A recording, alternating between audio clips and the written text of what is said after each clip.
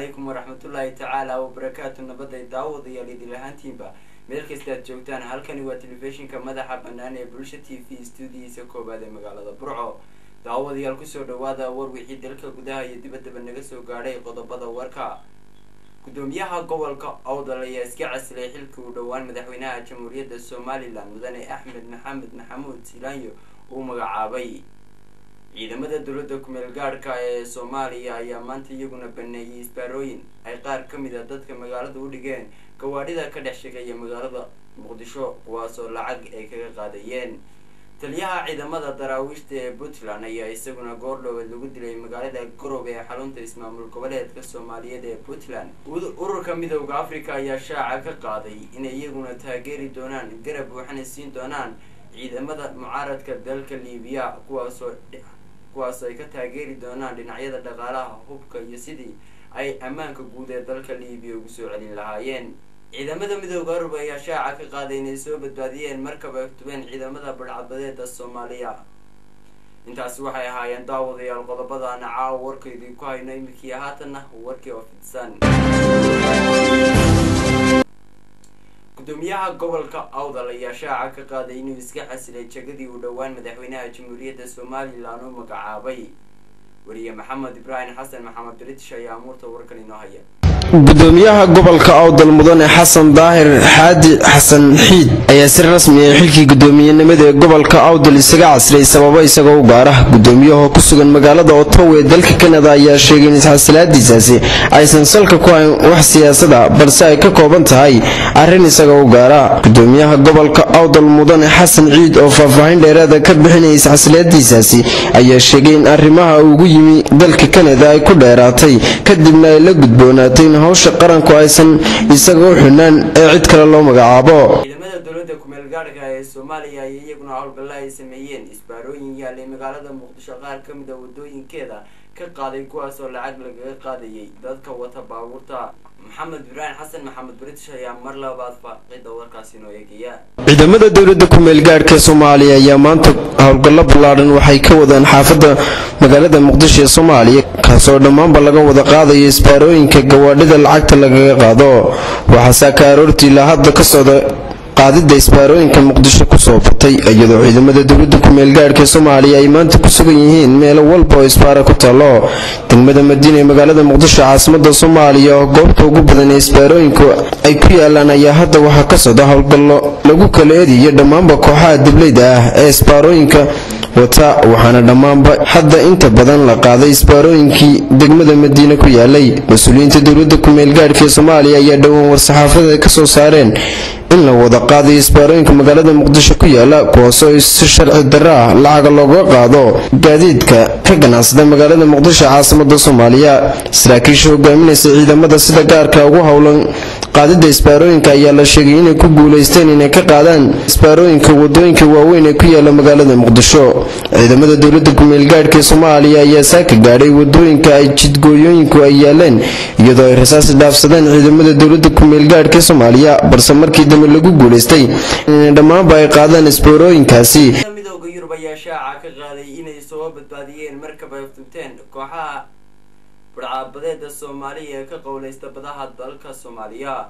waa kan mar kale Maxamed Amiin Nuur Bashiir. ciidamada midowga Yurub ee la dagaalanka kula jira badhcadbadeeda dalka Soomaaliya oo badbaadiyay markab ay doonayeen in ay afduubaan kooxahaasi. laba ka mid ah maraakiibta dagaalka ku sugan xeebaha dalka Soomaaliya ayaa ku badbaaday kooxaha badhcadbadeeda markii ganacsi ay laga leeyahay dalka Thailand kaasoo ka afduuma rabeen inay marinbiyoodka gacanka cadmeed. markabkan ayaa badbaadiyay ciidamada mariniska ee badda ayaa waxa la magacaab HTMSC Simalania waxaana shaqaalaha la socodsiiyay markabkaas oo lagu soo xiray maraakiibta dagaalka si ay u badbaadiyaan waxaanay ku tilmaameen inay badhcadbadeeda ay ku soo dhaweynayaan maraakiibta ay ku sameynayaan. markabkan ayaa la sheegay inuu ka dul babanayay calanka wadanka Thailand waxaana sheegay inuu raashinka u siday dalka Gardon iyadoo lagu daray maraakiib dagaal maraakiibkaas oo galbisa si ay u xaqiijiyaan ammaanka shaqaalaha saaran ee markabkaasi.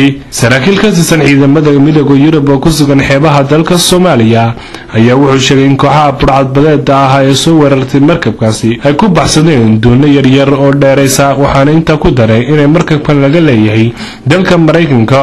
ciidamada midowga Yurub ee dagaalanka kula jira burcadbadeeda ee Soomaaliyeed ee ku jooga xeebaha Soomaaliya ayaa waxa inta badan dagaal la galaan burcadbadeeda iyadoo dhinaca kalena kooxahaas ay wadaan howlgalla ay kaga dhankaan maraakiibta shisheeye ay soo aftimasoona xeregeliyaan iyagoo burcadbadeeda haatan labadii bilood u dambeeyay ama bilihii u dambeeyay aan gebi ahaanba aftuman wax markaba iyadoo ciidamada badda ee reer Yurub ay isku fidiyaan xeebaha ku teesan dalka Soomaaliya. taliyaha ciidanka Puntland ee daraawiishta ayaa la sheegay in goordhoweed lagu dilay magaalada Garowe ee caasimadda dalka Puntland. lama oga cidda ka dambeysay dilka iyo weliba sababihii kala keentay. ciidamada booliska ee Garowe ayaa iyaguna baaritaan ku haya. wariye Maxamed Ibrahim Xasan Maxamed British ayaa murta warkani qaada dhigaya. iyadoo labadii maalmood ee la soo dhaafay magaalada Gaalkacyo maamul goboleedka Soomaaliyeed ee Puntland ay ka dhacayeen dagaalo culus oo u dhaxeeya kooxo abaabulan iyo ciidamada maamul goboleedka Soomaaliyeed ee Puntland ayaa waxay wararka ka imanayeen magaaladaasi Gaalkacyo ay sheegayeen in goordhoweed koox hubeysan ay toogteen taliyihii ciidanka daraawiishta gobolada Mudug iyo Cayn. maxamed muuse ilka dheer oo taliyihii la dilay ayaa kooxda hubeysan waxay ku weerareen gudaha xero lagu magacaabo Dayax oo xilligaas ku sugnaa waxaana sida weerarkaasi dhaawac ka soo gaaray ilaa la sooday waqtigii la toogtay taliyaha ciidanka daraawiishta maamul goboleedka Soomaaliyeed ee Puntland. ilaa ya hadda ma jirto wax war oo ka soo baxaya maamulka gobolka Mudug oo ku aadan dilka taliyaha waxaana ay wararku sidoo kale sheegayaan in waqtigii la dilay uu ku mashquulsanaa qaboojinta xiisada ka taagan magaalada Gaalkacyo. dadka ku dhaqan degmada Gaalkacyo oo ay hadda dagaalo baani ka socdaan ayaa labadii cisho la soo dhaafay waxay sheegeen xaaladda hadda ay tahay mid degan walow haddana ay mar walba filan karaan dagaal halkaasi ka soo cusboonaada. mana jiro cid ka hadashay dilkani loo geystay Allah u naxariistay taliyihii ciidanka daraawiishta maamul goboleedka Soomaaliyeed ee Puntland. caalamka daawadayaal ee naga soo gaaraya ayaa sheegaya in ururka midowga Afrika ay shaaca ka qaadeen inay taageeri doonaan mucaaradka dalka Liibiya oo ay sheegeen inay ka taageeri doonaan dhinacyada hubka iyo weliba sidii ammaanka dalka ugu soo celin lahaayeen. maxamed aamin nuur bashiir Greek ayaa murta warkani inoo eegaya. gudoomiyaha ururka midowga Afrika Master Champing ayaa sheegay in midowga Afrika aanu imika u diyaar ahayn inuu aqoonsado golaha wadaniga ee dalka Liibiya. generaalkan gudoomiyaha ayaa la weydiiyay inay aqoonsan yihiin golaha mucaaradka ee dalka Liibiya oo imika xukuumadda dalka la wareegtay ay ku jawaabtay maya imikana diyaar uma yihiin inaan aqoonsano. Master Chen oo ka hadlay sababta uu aqoonsan waayeen golaha adduunku intiisii badneed oo aqoonsaday inay sheegeen shuruudo ku xiran taas oo inay si fiican ula dhaqmaan oo nabadgeliyana shaqaalaha Afrika ee ku sugan dalka Liibiya isagoo xusay inay mucaaradka Liibiya arrintan uga ballan qaadeen isla markaana eegayeen sida ay ballanta ugu soo bixi lahaayeen. generaalkan ayaa wuxuu xusay in golaha wadaniga ee dalka Liibiya ay sheegayeen shirarkii magaalada Paris ee caasimadda Faransiiska ay ahayd mid dhiirigelin kadib markii ay ballan qaadeen inay si fiican ula dhaqmayaan shaqaalaha Afrikaanka ee ku sugan dalka Liibiya.